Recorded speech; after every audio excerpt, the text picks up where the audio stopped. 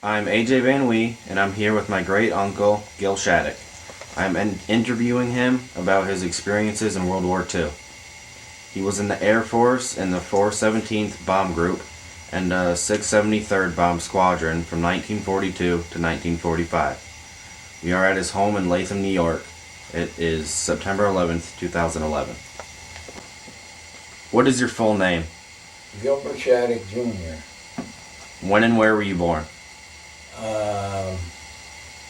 I was born in Albany, New York, the 5th, the 7th, the 24th.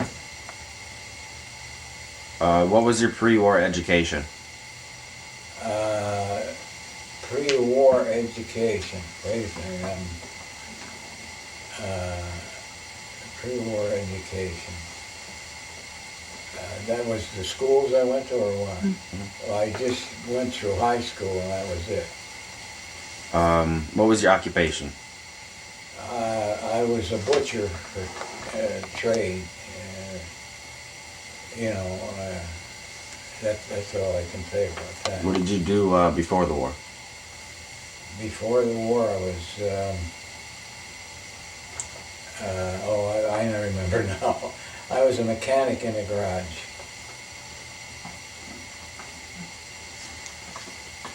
How did you hear about Pearl Harbor?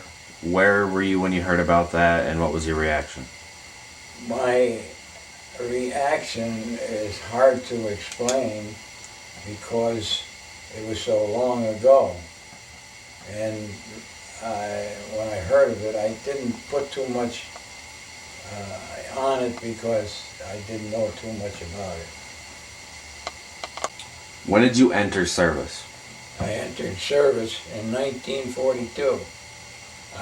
I was drafted at age 18. What branch of service were you in and why? I was in the Air Force and I was drafted into the Air Force.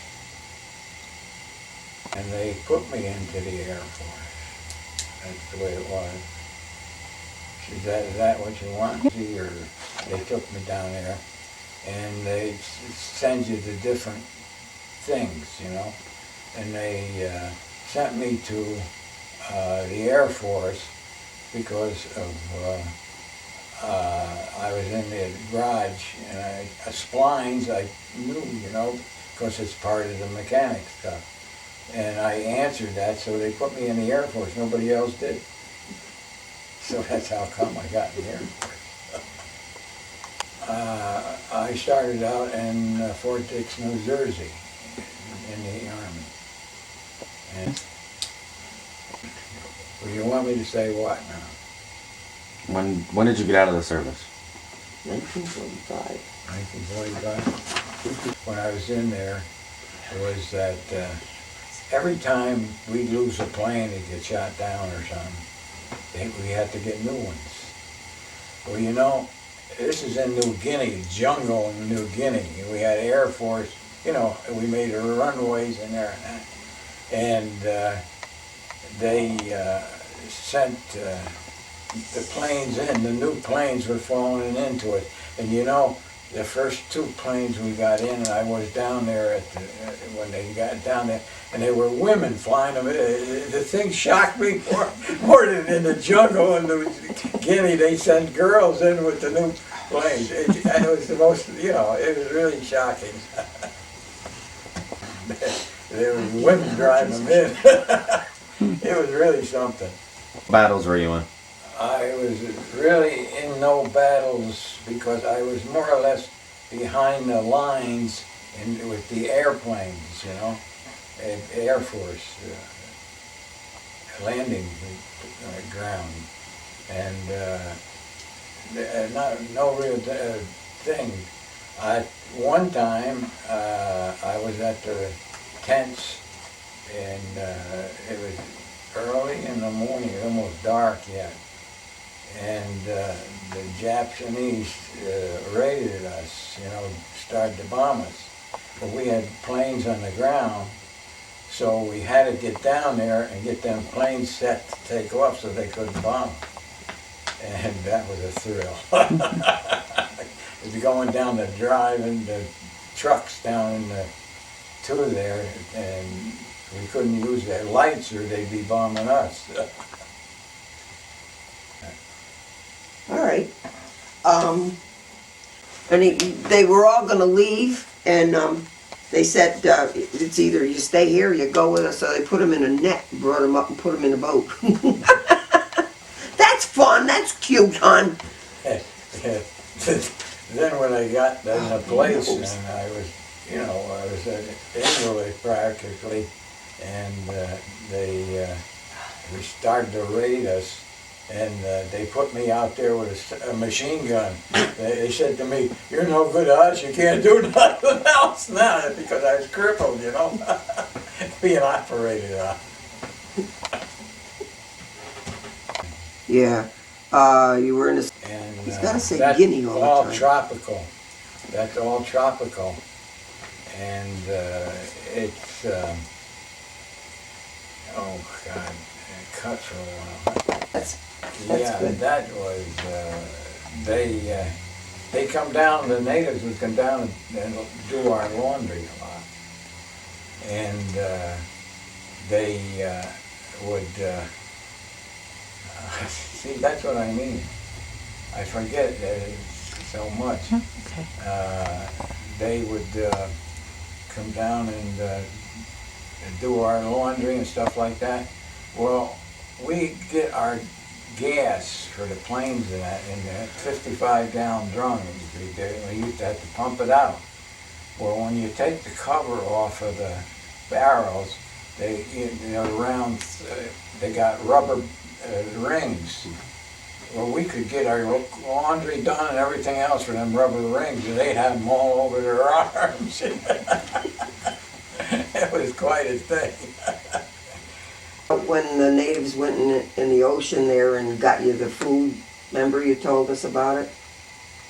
They'd kill each other for one big, what was it, a alligator or whatever it was. Remember? Yeah, you do.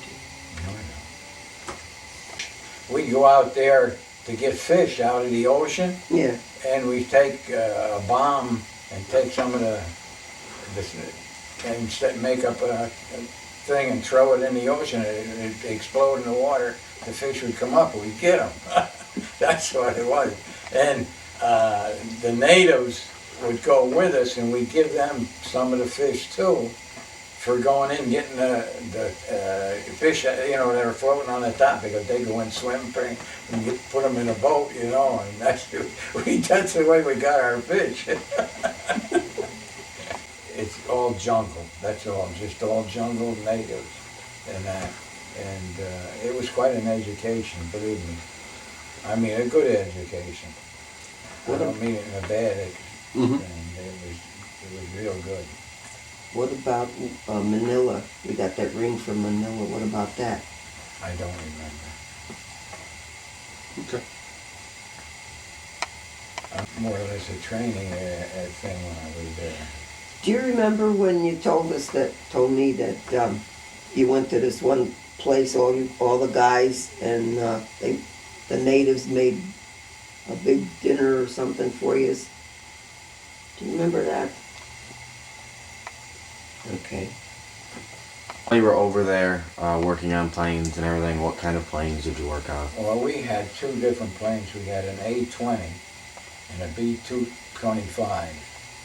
And they were the only two planes we had. They were medium light bombers. You were on the plane and you were sitting in that bubble, and when the plane was landing? Yeah, our planes, some of them had a gunner's thing in the nose, and it was all plexiglass, and you sit there. Well, every time I'd have to go up, not as a gunner, but I had to go up with the pilot, and spotting targets. This is not in the war, but the first time I was up, I got in this front. You got a door, it goes down, then you lock it and you sit on top of it. And you can see right through it. Well, that was fine. I went up with them and it was fine. I loved it. And it come time to land, And you get down like that and you see that ground coming underneath you, it scared the heck right out of you. It was a thrill the first time they did it to me. Holy gee. And you see that ground coming right up at you. And what about when you gave when you were transferring the troops that you had there down in Louisiana, and you had your own private room? I don't want to get into that. Why? Because It was fun. about say it again. You needed help? The guy asked you if you wanted to help? I got it now. This fella, we were on a boat, and we were coming to, I forget what island we were going to in this boat, and they, oh God, I lost it again. No, you were filming. You were putting gas in the truck. Yeah, but that was afterwards. Oh. I thought you said that he was bored and asked you if he could come give you a hand. Yeah, but this was before that. Oh, okay. He was a gunner on one of our planes, and he got shot. Not bad, but he did get shot. So he didn't go, with them guys and that. And he was staying in a place there, and he was in my barracks, or not barracks, a tent. And he said to me, "Hey Gil," he says, "how's chances of going with you? I'm going nuts staying here in the tent." I said, "Yeah, come on." So we serviced the planes, and when the tank gets empty, you got to take it out. We used to get the gas in 55-gallon drums, and our truck could pump it out of them tanks and into the top. And I'd be pumping it down below, and he'd go up and look on the top to see how high it was getting so we didn't over pump it. And our planes, or our Army, Marines, the boats were out there in the harbor, and they were shooting, and they shot him right heck go up the top of my tanker, killed him. Boy, he made the biggest mistake going out with me that day, I tell you. If he wasn't on the top, didn't ask to go up there, that would have been me up there on the top of the tank instead of him, How did you keep in touch with those at home, and how often? Not very much. I wrote home once in a great while, and not too much, but not long. And we were in New Guinea and over around there, and that space. But we didn't move around too much. We were in Manila for a little while, and I loved Manila, and I guess everybody else did. So that was it. Go there because it's one of the most civilized places there, and they had everything there, Yeah, now I remember what she said. We had, what we did, I forget where the heck we were located. And we go there on a break. They send us there once in a while just to get, so you didn't get crazy, They sent us to Manila, and our group rented a big house there. And we got the people there to clean and to cook for us and that, And that's what she's talking about, I think. Yeah, the Japanese. That was in New Guinea. I can't think of the name of it. There's one big place that it was tropical, but it was the biggest city there in New Guinea. And that wasn't us, that was the Army went in, and they pushed them back out of there, and in the middle of the New Guinea, the natives were in there. They were cannibals, And they said they were going to push them back there and just keep them back there. They'd kill them and eat them. I don't know how true that was, but that's the story they said. You know, I wasn't there at that time. I come in later, and never went there. I went down below into the tropical part of it more. And but that was the story we heard there. It could have been just a story too. I don't know. But they never come out. The natives would never come out that way. You know, where we were. But it was quite a thing. What was the food like, and the supplies that you had? Actually, the food was very good. We were an Air Force. We could fly out to the different countries and pick up stuff and bring it back in. It wasn't too bad. It wasn't great, but it was good, you know. And that's about the best I can say about that. What were your living conditions? Well, we were primitive. We had tents, and we lived most of the time in the tents. There'd be about 4 of us in a tent. And we had our regular Army sleeping stuff, you know. Mm-hmm. So it was all right. It was all right. What foods did you eat over there? Well, you know, it was primitive, and we were primitive. And we used to call shit on a shingle. What did you call shit on a shingle? Oh, that was almost anything you got. The most memorable was seeing them women fly them planes in, the new planes in, mm-hmm. for those we lost in the jungle. You know what I mean? It was really something to see. We don't see no women there anyway. You know, for a year or more. How do you feel about your military experiences and why? Well, it was rough sometimes, but altogether I wouldn't have traded it for nothing in the world. Because it was an experience I would never have if it didn't go into the Army. How did you feel about the use of the atomic bomb and why?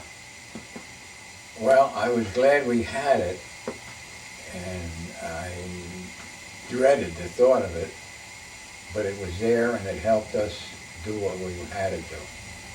So I guess it's a good thing we had it. How did you feel about VJ Day? What were your feelings? And where were you? Wait a second. Where was I? I was in New Guinea, I think. Yeah. I was in New Guinea. Pretty sure. And how did I feel about it? He was talking about the end of the war. Mm-hmm. Yeah, I was in New Guinea and I was VJ Day. Yeah? VJ Day. Yeah, okay. You want to do it over again? Huh? No? Well, as far as that, I loved it because as long as being in the jungle over there and seeing nobody but the guys you see every day, you got sick of it, and we were glad to get out. And I was glad that the war was over with too, because I could go back home. And everybody else was too. Were you aware of concentration camps in Europe? No, I didn't have nothing to do with Europe, so I wouldn't have no opinion one way or the other. What did you do when you arrived home?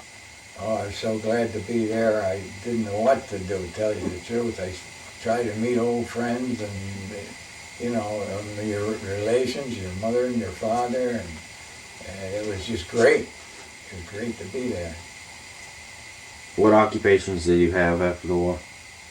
After the war, I was a mechanic before I went in. And after I got in there, I was looking around for work, and I had to take what I got, and I got into the butcher. I was a butcher, I did that till I retired. I can't see Do you belong to any veterans organizations? Which ones, if you are, and are you active in them? it. No, I never joined any of them. I got out of the Army, and I wanted to get out of the whole thing, or the thoughts of what I did see, and I don't want to remember. So that's about all I can say. So you haven't attended any reunions or anything? No, I haven't. Not one. How did your military experience change and influence your life? I don't know exactly. I try to put it out of my mind, and I try to forget some of the stuff I've seen and heard. But I was glad I was there, and I'm glad I went, and I'm glad I'm home. That's it. Keep in touch with anybody after the war? Yeah, there was a few locals that was in the same outfit I was in, maybe one or two. And there was some from, I think he was from Texas. He come up because of being with us. He come up to Albany here with us. And he stayed here for a long time, and then I think he went to Illinois. He got married. But they were the only ones I really got in touch. I did, stayed in touch with. When I was in the Army, I talked about home, and we all did more or less, and told stories about different things. And it was all right. It was great. Did your families know what you were doing? How did they deal with the war and your absence? Well, I never talked to them about the war, and on that in that respect.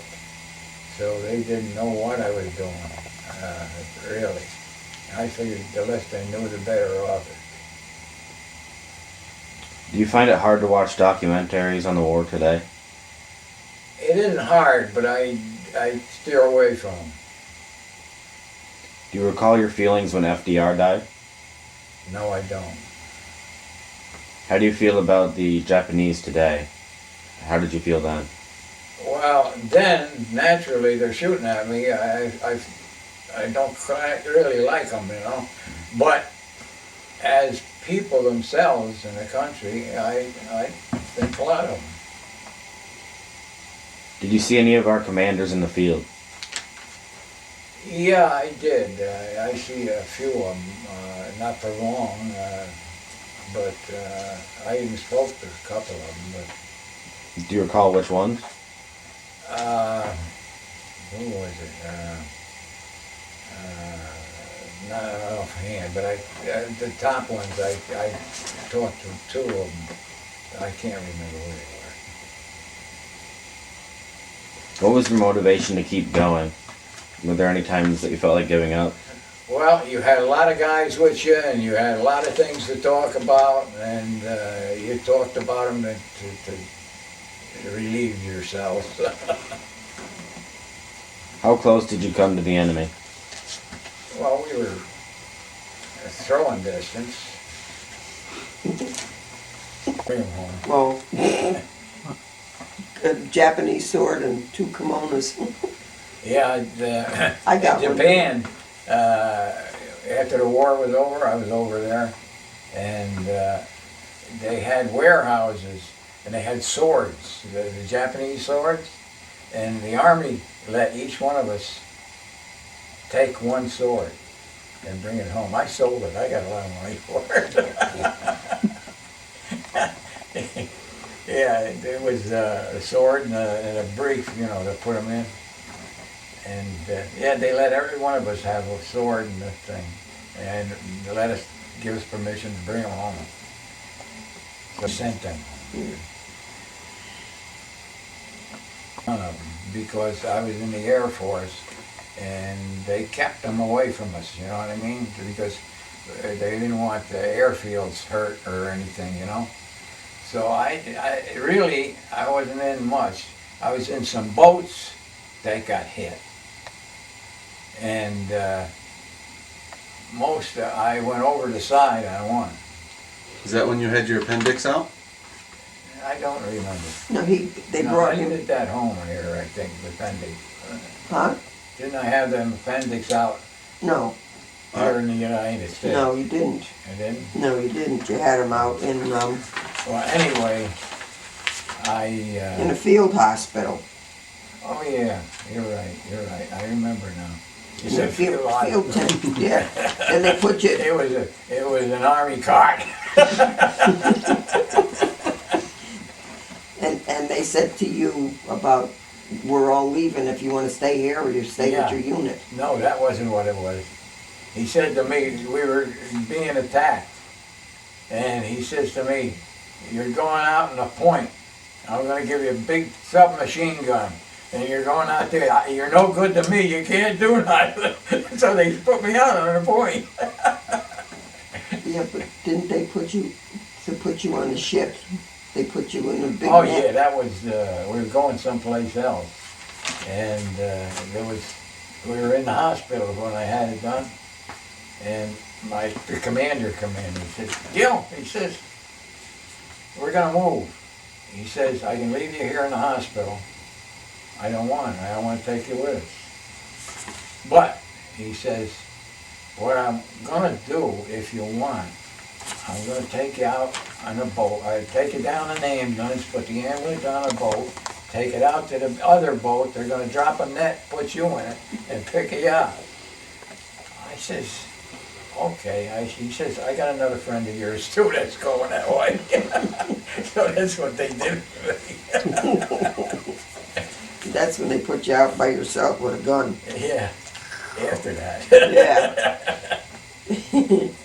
When they come down from up in where they were fighting, Mm-hmm. they were stacked there all over the whole, them braces on the side of a truck, you know, like side, only there's strips, just strips you can look right through.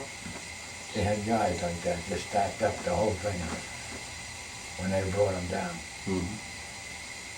I wasn't in that, but they were in it, yeah. I just remember you. I think it was New Jersey when I was first went into the Army. They take you down there and they decide where you're going, you know. And because I was I got a job in the garage before I went, and I know spleens and that, you know. They asked that question, spleens. I think we talked about it before.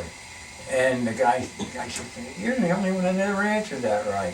So he put me in the Air Force.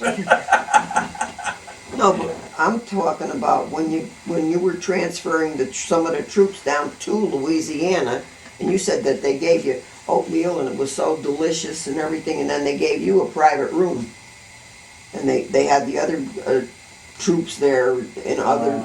I remember that's the time that when I was hurt, I was in. They wanted to take me out in a boat. He told me, we're going to take you out on an ambulance, take it out on a boat, with you in it, and we're going to take you out to the bigger boat, we're going to dock a net, and and one other guy went with me too to do it. They did that to me. They gave me I had 12 guys, I guess. And we were going to Texas. And we stopped at a place, and we all got out and walked around a while because we had to change train to that. And they, what was that now? The one guy jumped, Yeah. took off. While we were there, and we were just in the train station, like, and he took off. And I was in charge of them, you know. And he took off, and I went to the MP, and I told the MP, I just lost the guy. And I gave him his name and that. I took off, and then when we got down where we were going in Texas, and I got the Army post down there, and I got there, and I reported, hey, one guy took off. So that was that story. Time, like when in mealtime, they like to keep us together. I'll never forget this. They keep us together to go eat. So they come down, tell me, get your guys and take them up. It's time to eat. So we go up there and we eat. And I was eating right next door to me. There was a man and his wife and a kid, and he seen the meal we had, and he said to her, "Mom, I don't want what they're getting. I don't want what they're getting." So she called the waiter over, like, and said, "Hey, he wants what they got. Can he get?" "Nope, that's an Army meal. You only do it for the Army." The poor kid, I felt so sorry for him. What? The good times we had? Oh, there was a lot. Just you didn't get a chance to do much because you're all Army, But when you could run around together as a bunch, you had a lot of fun. Oh, you thirsty, huh?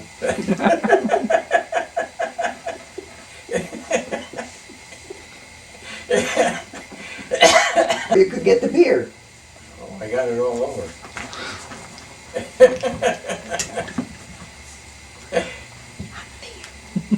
Oh my God. So you were a special vehicle operator, 932, that was your title? That's right, that's it.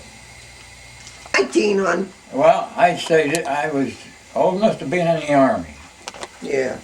Put it in front of you. There you go. That all right? That's good. That's very good.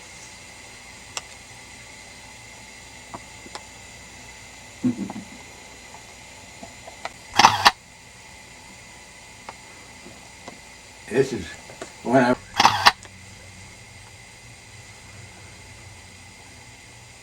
Distinguished Good Unit, Good Conduct Medal is the one he's holding now. Good contact medal on the back. Yeah. Okay. Now hold on, and I'm gonna. Philippine Liberation Ribbon, World War II Victory Medal. Okay. Southern Did you get it? Keep holding it though, because That one is. That's his manila ring. let me get a closer upper. Okay, it's gotta go away first. That's gonna be blurry. Oh well. Okay, so now he's got to say what that is, or you've got to say what. From Manila, 1945. Oh, me, I told you we were going to say. No, you can say it. All right. Yep. Manila ring, 1945, when he was in Manila. Wait a second. Who's going to say what it is? His lapel ring, medal that he wore on his uniforms. Okay, there's the picture, and keep holding it up. Eye clasp that he got when he was in service. Okay, when he got in the Army, he weighed 135, and he was only 5'4". He was short, and he's shorter now. I had to go out to be there, even though they were taking off, Why don't you ask him? How much leisure time did you have? Not too much. We were either out with the planes, or that's about it, I guess. Commander, the whole place. I was out loading the plane up, and I had the big truck, and I backed up, and I heard people yelling, "What the hell?" And I stopped. I got out, and the major was out there in the Jeep, and I had to turn right up like that. I said, "Oh boy, am I gonna get it." But he admitted it was his fault. He says, "It's my fault. I ain't supposed to have a Jeep out here. I know that." But I was scared. The heck. I took care of the plane, and I was going to back it out so they could take the plane, and he must have pulled up right behind me just as I started to back up. And that Jeep just turned right up. I come on, holy, I see who it was, oh my God. But he was a nice guy, he admitted he was in the wrong. Big one. But we took that, that's the first place. What we did, we went in down that place and we pushed the Japanese back into the jungle and the headhunters there. Mhm. And going back in there, when the headhunters would take care of them. In New Guinea? Because the center of New Guinea, that's all it was. After you got out of the war, you're a butcher and everything, how did you meet your wife? A friend of mine just bought a house over next to hers. And I was over to his place and I met her there. And then we got married. Not just like that, but in time. What year? He got out of service. What year we got married? 49. He got out of service 45. And I gave him a little reprieve, so that was fine. And then I said, well, you know, we'll go out. And we went out. And he took me over to this one place where they had really good hamburgers. O'Malley's. Yeah. And we had hamburgers there, and he took me home, and Grandpa told him things. Oh, did I do that? I missed it. Oh, good. He said, keep that in your pants and keep it simple. Oh, jeez. That's what I told Mark, too. And kids? Yeah, I had 2 girls. One is older than the other one. No, one is 61 and one is 57, I think. Yeah, 57. Thank God. Yep. Was it the natives? You said it was you, maybe 2 other guys, Yeah. and you were looking for gold in a stream, and you run across the Japanese soldier. Yeah. No, it wasn't. That was one of them, I It was thought. one of the natives. One of the natives. I think. And From what I remember you telling me, you was 3 of you, you and 2 other guys, and you were looking for gold. himself. And I thought it was a Japanese guy, Maybe it was. I because don't you guys said you maybe He fired at killed each him. other a little bit, and then he committed suicide. Yeah. And then one of the guys took his gold teeth out or something. Oh, yeah. Tooth.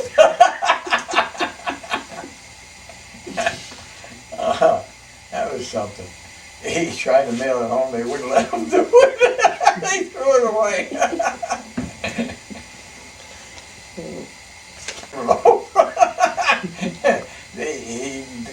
Then they went to him. Why'd you do it? And they said, just tell the near, you know, from the war.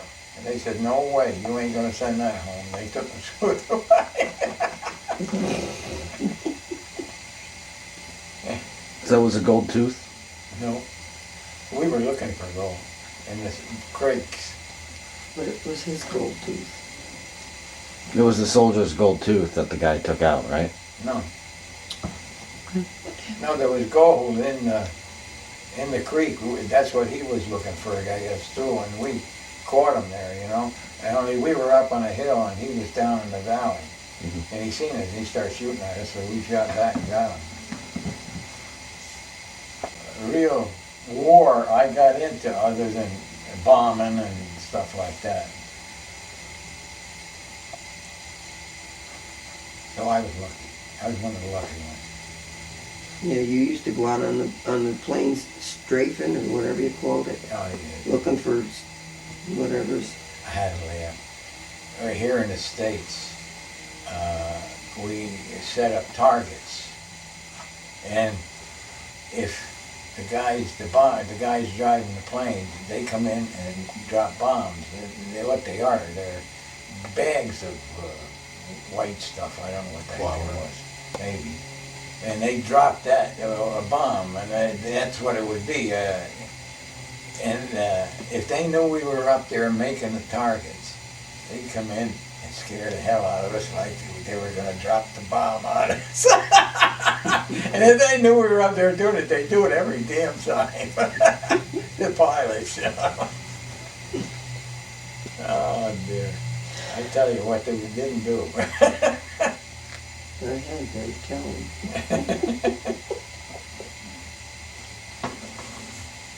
It's his tooth, wasn't it? No. It what? I thought you said it was his tooth. No. Gold tooth and a Japanese guy. No. Maybe he had one, I don't know, but... Well, what they want to send home? Oh, no. They were just sending it home as a souvenir. What? A tooth. A gold tooth. No. Oh, just his regular tooth? Yeah. Who wants it? Did he brush his Wasn't me, teeth? it was them. I didn't want nothing to do with it. I wouldn't even have touched them.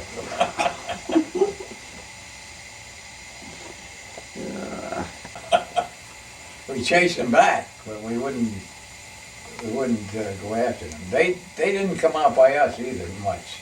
That one guy did, but that was the only one I've seen. Where was this? New Guinea. It's tropical, real mountains, high in the middle.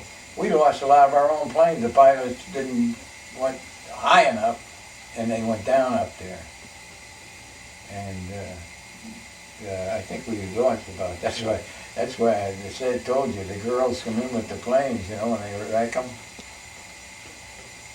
God, I'll never get over that. That surprised me more than anything. I wasn't expecting women, especially Yeah, American women. Yeah, and out there in the tropics, you know. See, they were pretty smart then.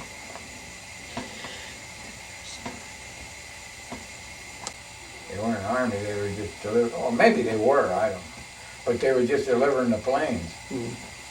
They probably was army somewhere. Yeah, I believe there was Yeah. like a little division of Yeah. women. It was really something. You know, in that jungle, God said. But there was some U.S., I don't know what they were, do-gooders. They had schools there for them, from the U.S. here. Over there they had little schools for them, you know, out there. For who? For the natives.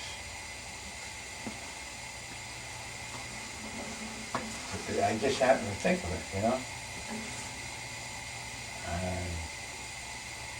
They were there right through the war. But there wasn't too much going on there anyway, you know, in New Guinea. It wasn't worth taking over. The only reason we did go there, I think, I wish I could think of that. It used to be there, like the capital. The Japanese took it first to have a base there. It was the biggest, the only big town there was. And when we went in, we took it over and we drove them back into the headhunters. And that's the way it was. And they never went back in there. They just left them headhunters alone, you know. See no Yeah. women, and all of a sudden, poof. You never expect them back there, you know. Especially that was still, you know, real. Primitive. Huh? Primitive back then. No, it's primitive, but they were flying. You wouldn't think, you know, because they still could have been some more Japs in the back there. We didn't know, but they flew over, they get close on, and they shoot them down, you know. But that's the way it goes. The women? No, not like that. Please describe for our young people why they should not regard the World War II era as ancient history, detached and irrelevant. Why do you think we need to learn all we can about this time so long ago before we were born?